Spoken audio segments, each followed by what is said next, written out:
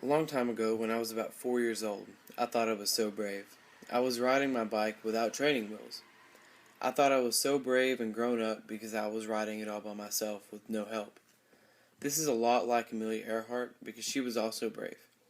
Today I will tell you about Amelia Earhart. I will inform you on her background information. I'll tell you what she did. I will tell you about her bravery and her inspirations. I believe that this is a very interesting topic. First, I will tell you about her background information. Amelia Earhart saw her first airplane at a state fair when she was 10 years old. She thought it was junk and she wasn't impressed at all. She didn't like airplanes until she was about 20.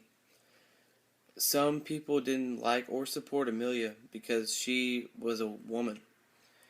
After high school, she moved away and got a job as a military nurse. After living there and working for about 6 months, she saved up enough money to buy an airplane. And now we'll talk about what Amelia Earhart did and who she was. What did she do, you may ask? She was the first woman and the second person to ever cross the Atlantic Ocean by airplane. She took off 5 years to the day of the anniversary of Lindbergh's flight, which was the first person to ever cross. Obviously, we know that she made her flight. Although her life was very interesting, her story was written short.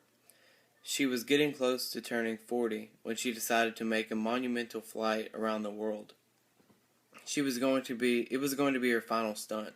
She took off and she made a few stops for fueling. Due to inaccurate maps, Earhart and her navigator got lost.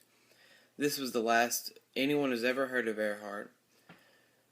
Rescue squads were sent out and America spent $4 million looking for her. Her body was never found. I don't think they ever found the plane either. Now we'll talk about how brave Amelia Earhart was.